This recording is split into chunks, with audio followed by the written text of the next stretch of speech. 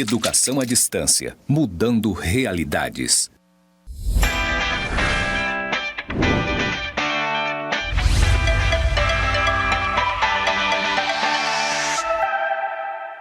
Olá, tudo bem? Eu sou o professor Décio Kerrer Marques e leciono a disciplina de Fundamentos do Trabalho no curso de Gestão Comercial.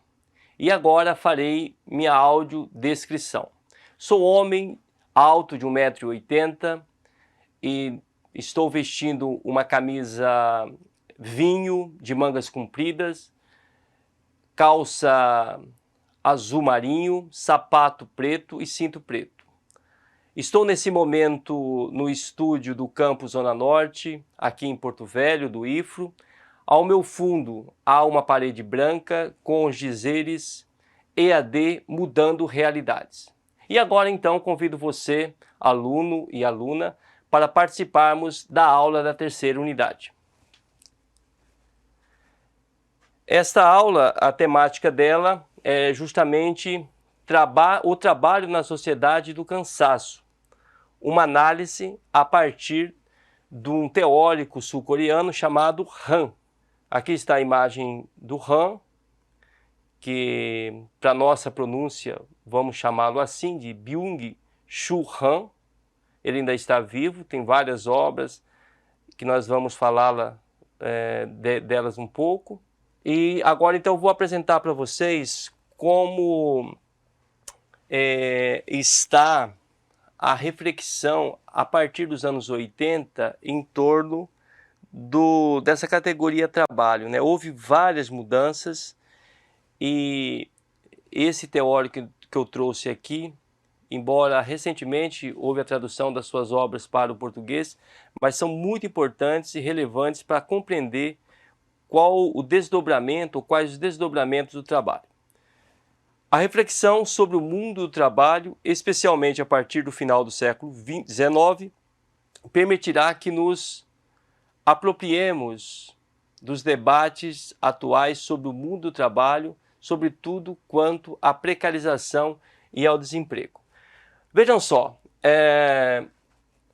nas duas últimas unidades, em especial na primeira e na segunda, né, que nós acabamos de estudar, ali ficou claro algumas coisas, que conforme há uma inovação, uma mudança na força de produção, seja a terra nas mãos dos oligarcas ou das famílias independentes, seja a terra na mão dos senhores feudais, que por sua vez estavam na condição de arrendatários, seja a inovação da fábrica, sobretudo a fábrica têxtil, que surge na Europa a partir do século XV e XVI, vai acontecer uma mudança na organização do trabalho e, por sua vez, a mudança da organização do trabalho. Imagina o trabalho enquanto escravidão,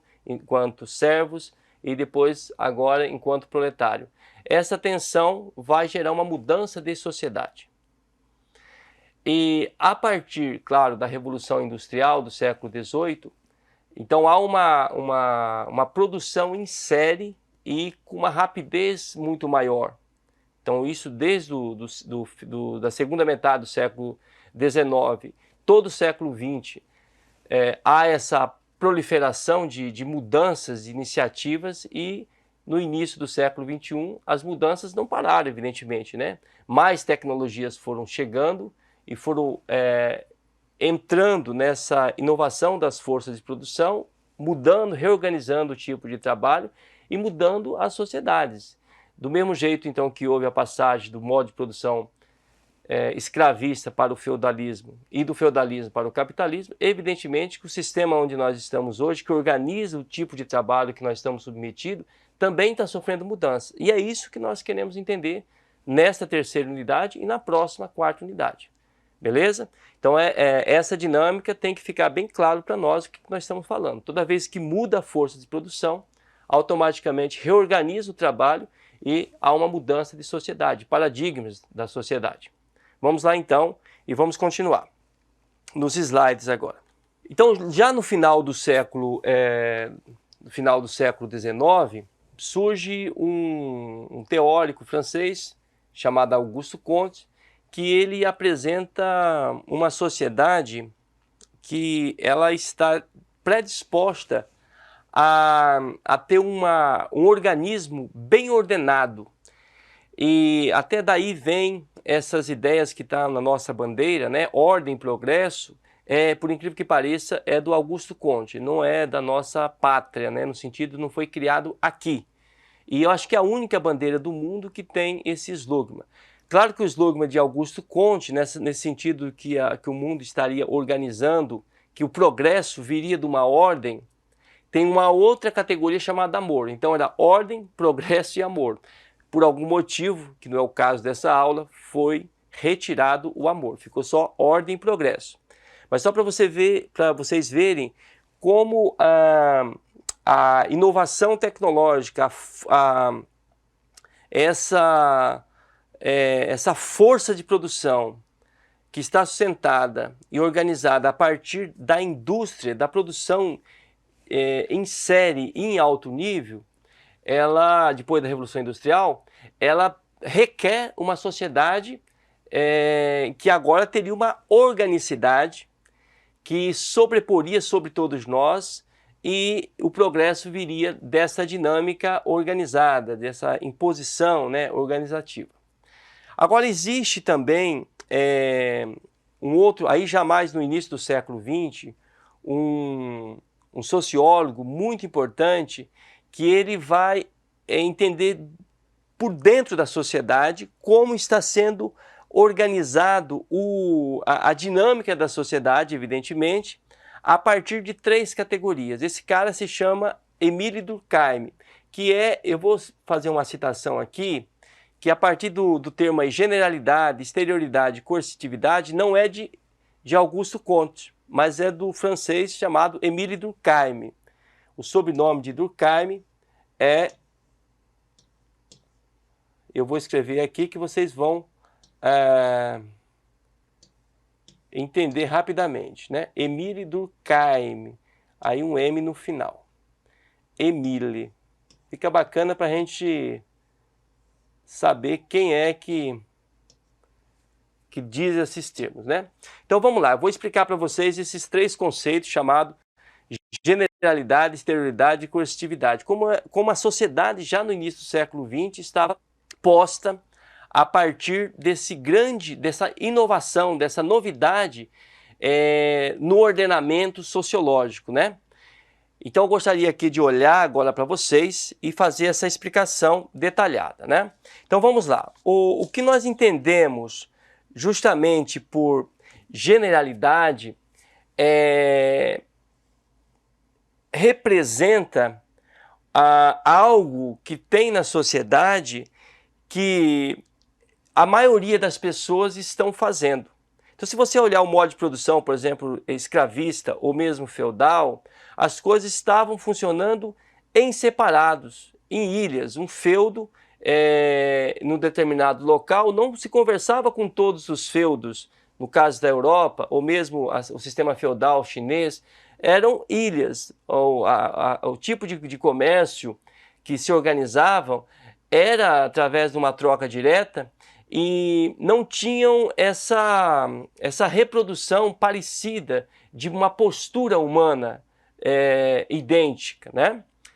E se você pegar, então, no feudalismo, no escravismo, você não é possível identificar essa generalidade em todo um continente, por exemplo, e agora, no nosso caso, no século XXI, em todo o planeta, existem esses aspectos que a maioria das pessoas estão praticando, estão consumindo coisas parecidas.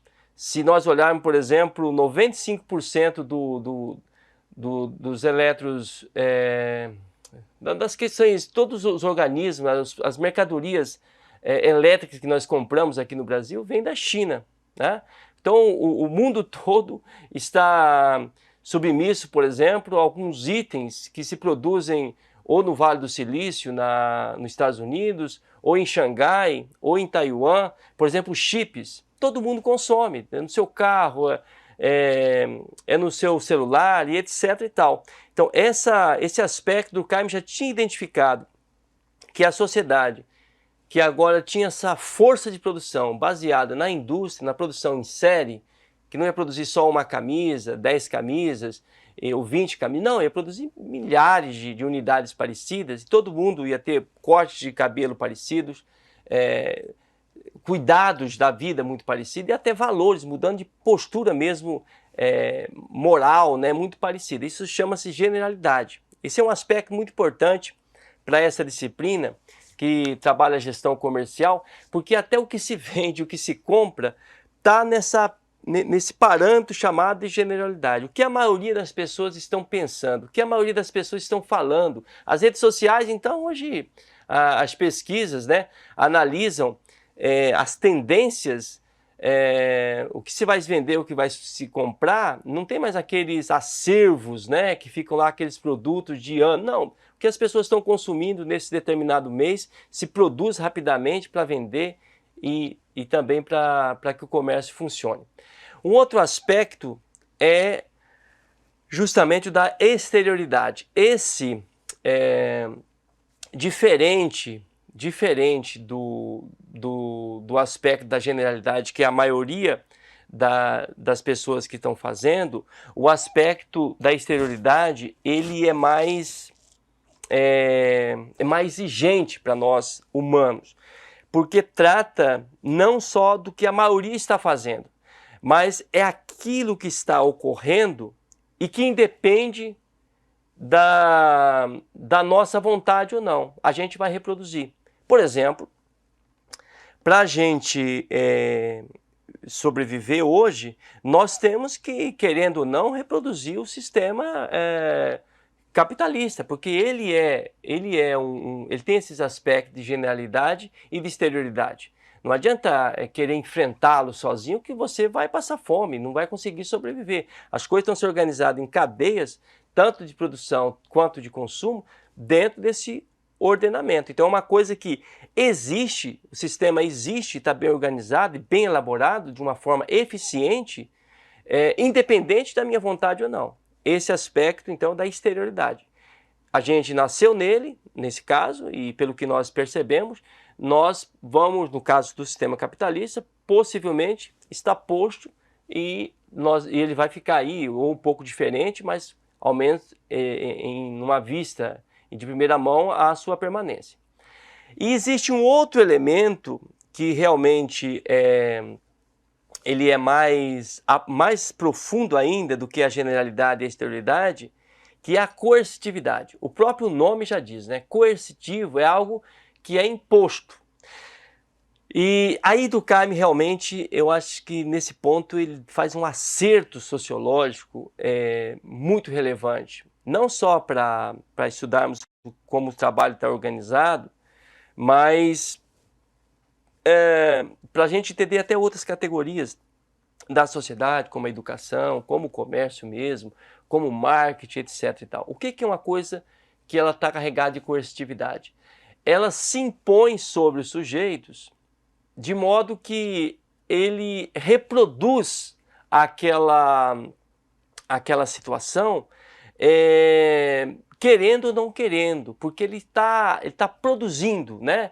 Ele está produzindo aquele fato. E nesse caso, se nós pegarmos o modo de produção econômico vigente, ou modo de produção feudal, ou modo de produção escravista, eles têm esse aspecto coercitivo. Ou você reproduz esse fato social, que é chamado aqui fato social, ou você vai ser extirpado e vai ter uma vida muito mais difícil fora desse sistema. Então esses três aspectos aqui que eu trago no início dessa aula, mas está lá também no AVA, eu gostaria que vocês lessem os textos que acompanham essa aula, terceira unidade, são muito importantes para entendermos que nós estamos falando aqui da reorganização do trabalho, tá? Vamos repetir então, tanto a exterioridade quanto a generalidade e a coercitividade. Vamos lá voltar então para os slides. Então, fazendo uma revisão rápida aqui, a generalidade é o fato social que atinge a maioria da sociedade, a exterioridade é o fato social independente do indivíduo, está posta ali. A gente pode pegar um outro exemplo, por exemplo, a língua portuguesa. A gente nasceu, ela estava lá posta, a gente vai morrer, ela vai continuar. Independe da nossa vontade, do nosso querer ou não, ela não vai ser destruída.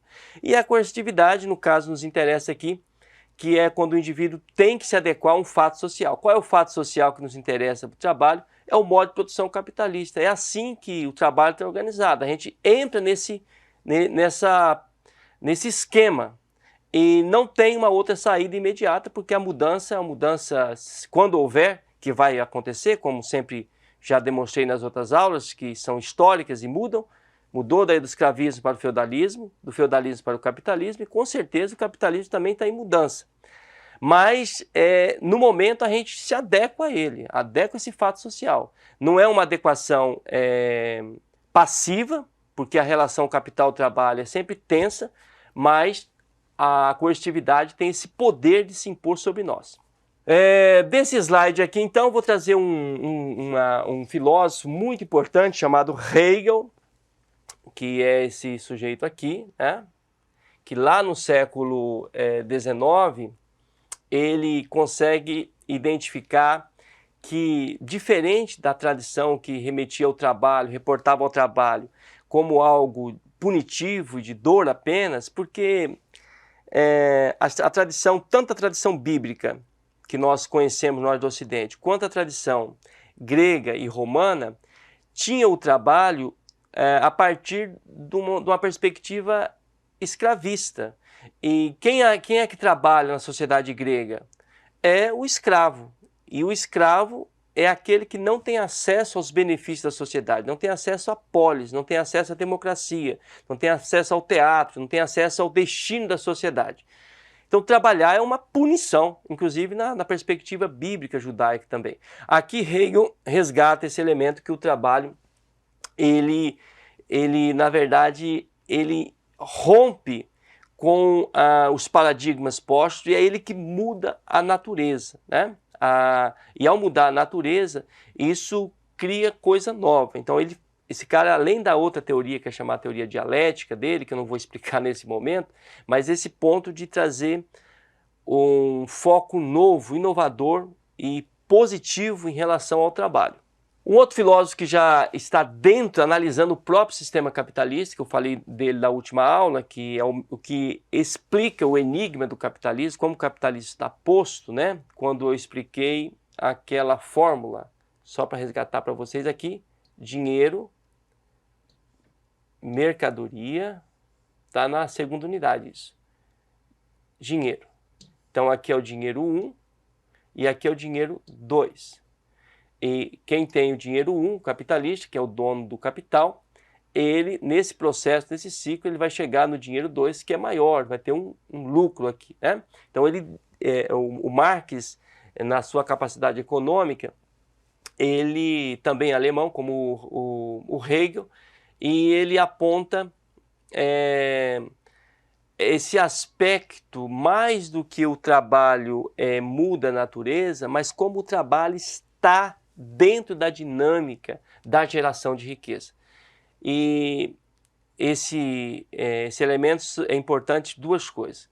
Que o trabalho é o trabalho que faz, vou colocar um T aqui como trabalho, né? O trabalho que faz a mudança da natureza, e que, por sua vez, ao mudar a natureza, muda também a postura do trabalhador. Então, esse aqui é o primeiro ponto.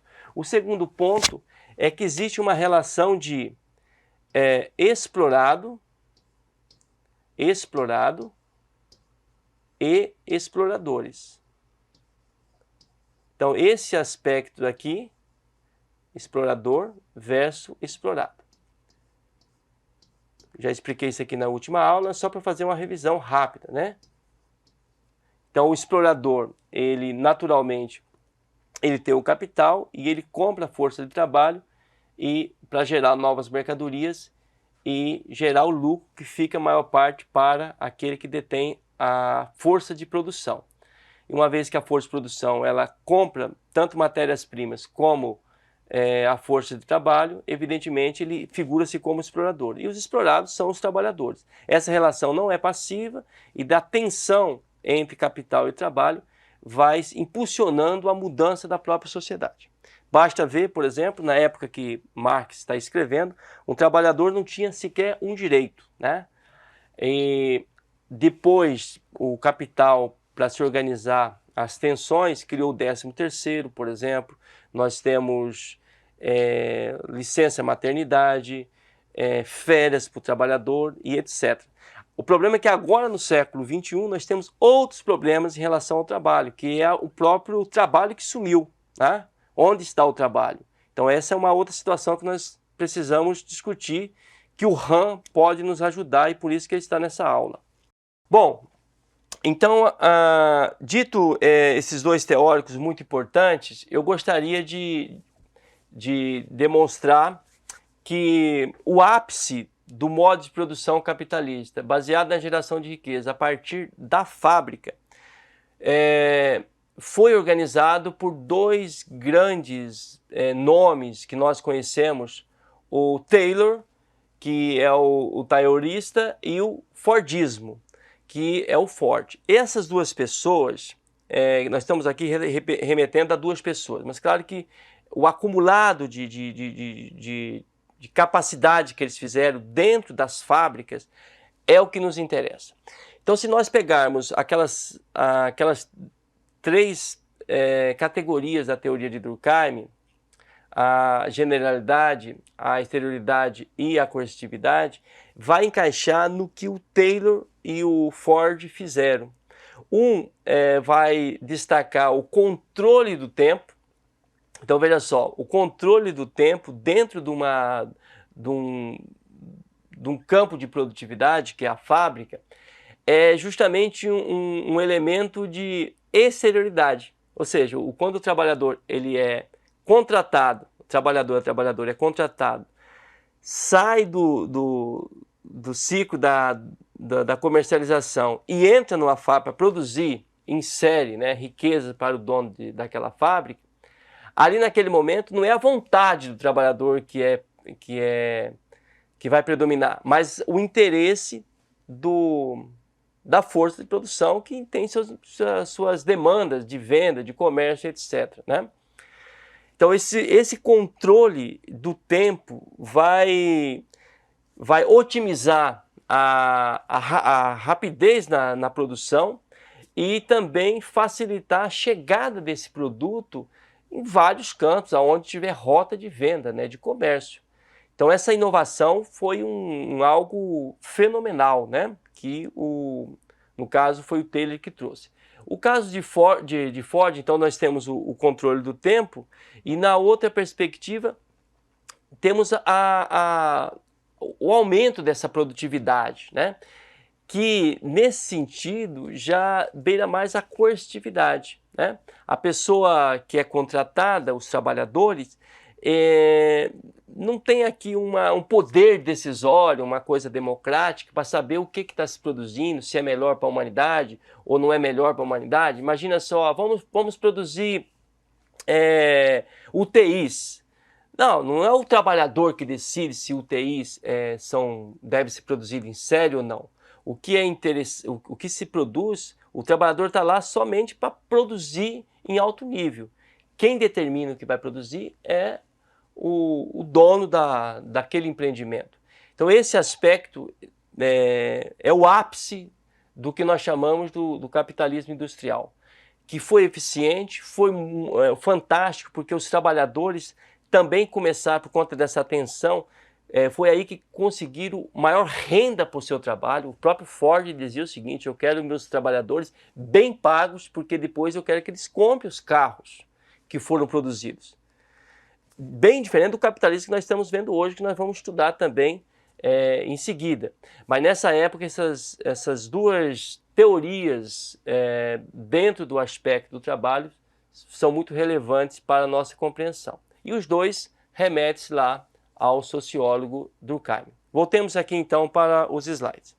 Então agora, o cenário que nós estamos a ver nesse momento, já a partir dos anos 80, que na quarta unidade eu vou explorar mais, mas já posso adiantar, é que estamos na era da superprodução.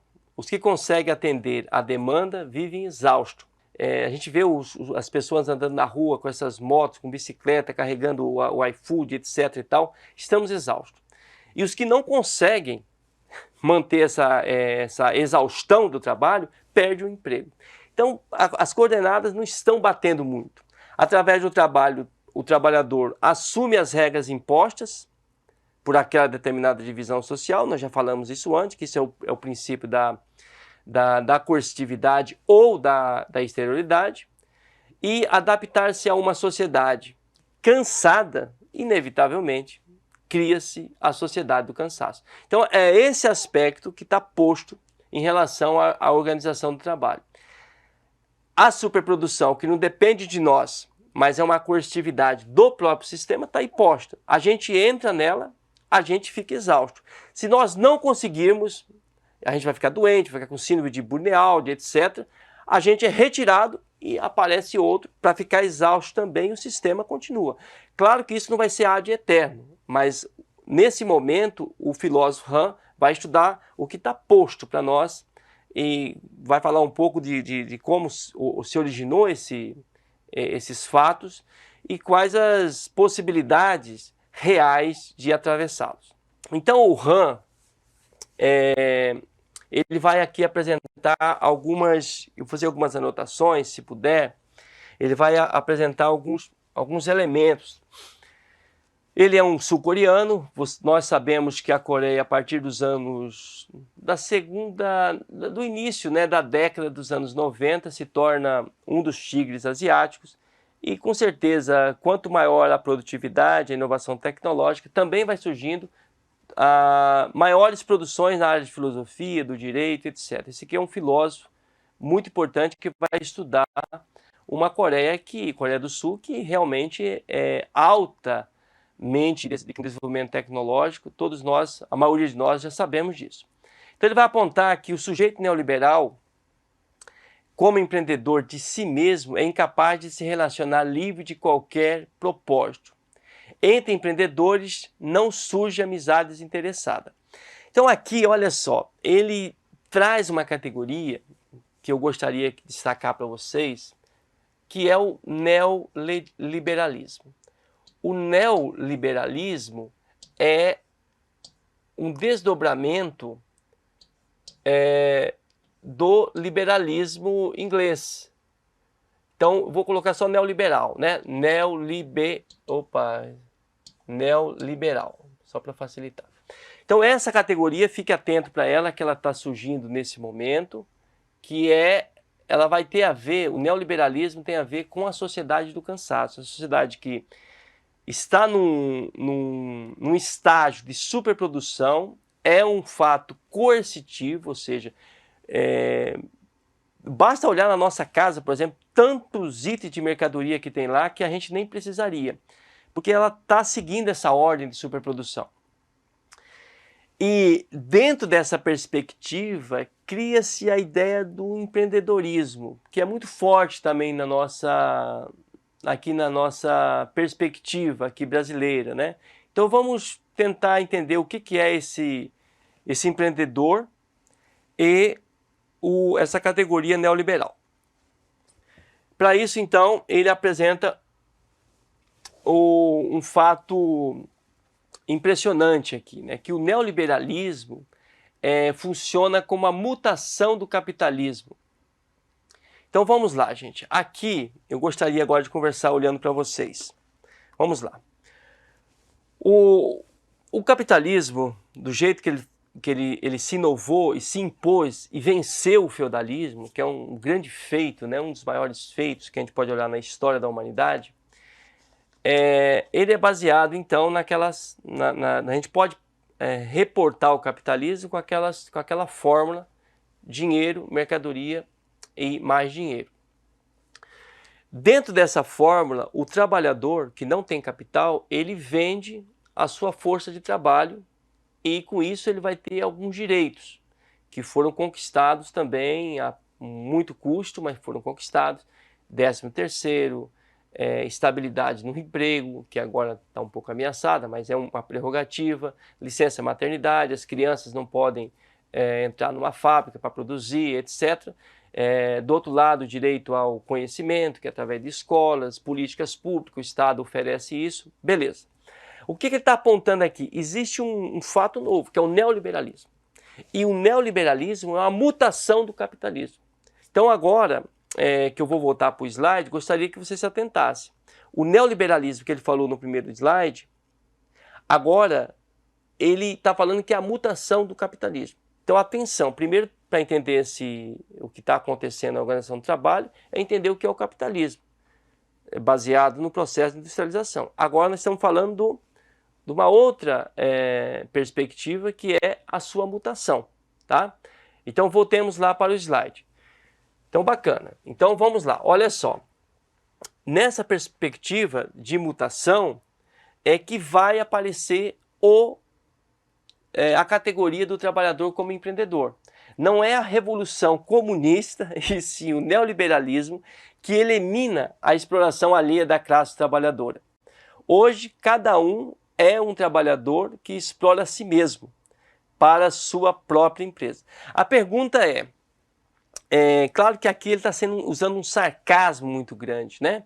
Porque existe um fato consumado, que de um lado tem quem tem o dinheiro, né? Que aí esse cara que tem o dinheiro, ele compra a força de trabalho e compra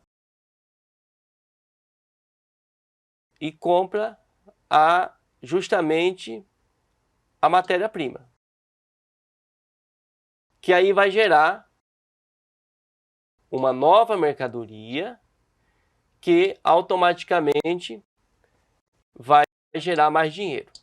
É assim que é o enigma do capitalismo está organizado. Beleza. O que ele está falando? Se há uma mutação, e ele está falando que esse sujeito que está aqui, ó, que tem a força de trabalho, ele já não está mais simplesmente numa exploração daquele que tem a força de produção, mas ele se autoexplora. Ó, cada um é trabalhador que explora a si mesmo. Então, que medida que, além dele ser explorado por quem tem a força de produção, porque claro que o capitalista, eu, você, ou qualquer um que for capitalista quer ganhar mais dinheiro, além do trabalhador estar explorado pelo sistema posto-coercitivo, que as empresas continuam aí com iniciativa privada e etc e tal, como é que a pessoa ainda se autoexplora nesse sentido? Então essa é a pergunta. Como, Han? Uma pessoa, além de ser explorada por quem tem o capital inicial, ainda vai e se coloca como autoexploradora do ponto de vista econômico. É possível isso? Então vamos para o próximo slide, para a gente ir tentando esclarecer esse ponto. No regime neoliberal não existe um proletariado, ou seja, um grupo só de trabalhadores, uma classe trabalhadora que seria explorada pelo proprietário dos meios de produção. Meio de produção é aquele que tem o capital, já expliquei isso para vocês. Na produção imaterial de um jeito ou de outro, cada um possui seu próprio meio de produção. Tem um erro aqui no slide, não é ser, tá? Cada um possui seu próprio meio de produção. O sistema neoliberal não é mais um sistema de classe em sentido restrito. Então vamos lá, gente. Esse ponto aqui é muito importante, né? Que eu gostaria de falar para vocês. O que ele está dizendo? Que o neoliberalismo, como está posto, ele cria a autoexploração numa perspectiva imaterial. O que é essa perspectiva imaterial?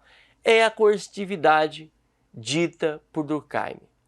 É aquela imposição com categorias mentais que nos fazem reproduzir as coisas sem a gente perceber um ser nos dominando. O resultado a gente sente no nosso corpo. A gente sente mais cansado, a gente percebe o resultado na nossa mente, a gente se sente mais deprimido, a gente sente o cansaço no nosso bolso, a gente se sente mais endividado. E até do ponto de vista filosófico, a gente se sente mais infeliz, mais impotente, a nossa vida sexual, claro, se deteriora, nós ficamos ou mais magros ou mais obesos, então o nosso corpo padece. Agora, a autoexploração que o filósofo Han está nos apontando em relação ao trabalho, ela tomou uma nova configuração. Além dos meios de produção, na sua maioria, continuarem na mão da iniciativa privada, que já explora o trabalhador, ainda o trabalhador que se diz um autoempreendedor, ele se autoexplora mentalmente, porque ele quer ter o sucesso, o êxito profissional, o êxito existencial, mas ele não tem o capital, não tem a renda suficiente. Então ele trabalha, faz o bico daqui, trabalha ali, e no fundo nós entramos nesse grande sistema de superprodução, ficamos com uma renda menor do que nós tínhamos antes, né? E ainda nos punimos porque nós não temos o êxito necessário. Esse é o cenário que ele vai chamar de sociedade do cansaço. Mais 2 slides e assim nós terminamos essa unidade. Já no regime neoliberal de autoexploração, a agressão é dirigida contra nós mesmos. Ela não transforma os exploradores em revolucionários. Por quê? Vai revolucionar contra quem? Contra si mesmo? Vai brigar contra quem? Vai pedir direitos contra quem? Não, ela torna pessoas depressivas. Eu fico olhando essas pessoas que trabalham nesses aplicativos. Chego meia-noite na sua casa para trazer a comida quentinha e deve que estar revoltado, porque às vezes não comeu uma comida da mesma qualidade daquela que você pediu pelo iFood ou etc. E vai brigar contra quem? Vai brigar contra si mesmo? Não, vai ficar depressivo, vai ficar sentindo impotente. Quanto maior é o poder, mais silenciosamente ele atua. Ou seja, quanto maior você espera, você se pune para você alcançar um determinado estágio nessa sociedade cruel, mais você se degrada internamente. Ele se dá sem ter que apontar ruidosamente para si mesmo. Tanto é que não é fácil a questão da organização desses direitos dos trabalhadores, por exemplo, sindicatos, associações, porque a pessoa, cada um, se sentem na obrigação de ser o responsável sozinho pelo seu êxito profissional e existencial. Aí ele usa uma expressão que é forte, mas ela é importante para nos tirar do nosso sono, que é: a toupeira é trabalhadora. A cobra, por sua vez, é empreendedora. É o animal do regime neoliberal. A toupeira se move em espaços pré-instalados e por isso se submete a restrições. É um sujeito submisso. Bom, para concluir então essa aula, eu gostaria de falar o seguinte para vocês. Na perspectiva de Han, o trabalhador, por que o trabalhador é uma toupeira, né? É um cego. É um cego porque o itinerário do sistema, ele já está posto. Como ele está posto? Ele está posto que quem tem o capital inicial faz mais mercadorias, coloca essa mercadoria não pensando na sobrevivência e na subsistência das pessoas, mas pensando no lucro, e vai gerar mais lucro no final.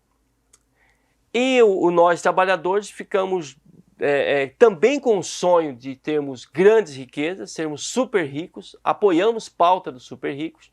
Entretanto, quando a gente chega em casa, a gente vê o quanto nós somos fracos. Mas uma vez que nós não temos condições, por enquanto, não tem uma forma material para a gente reivindicar uma coisa diferente, a gente segue um caminho que está posto.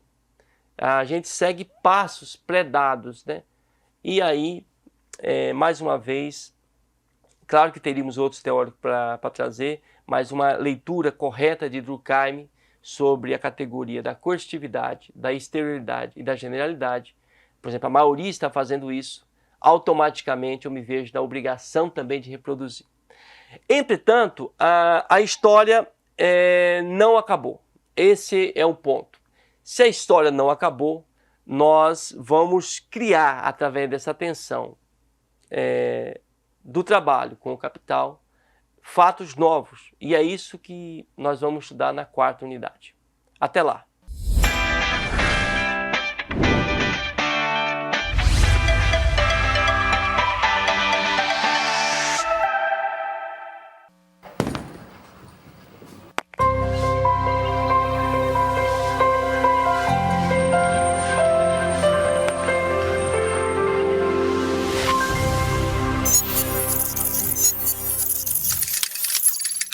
Educação à distância, mudando realidades.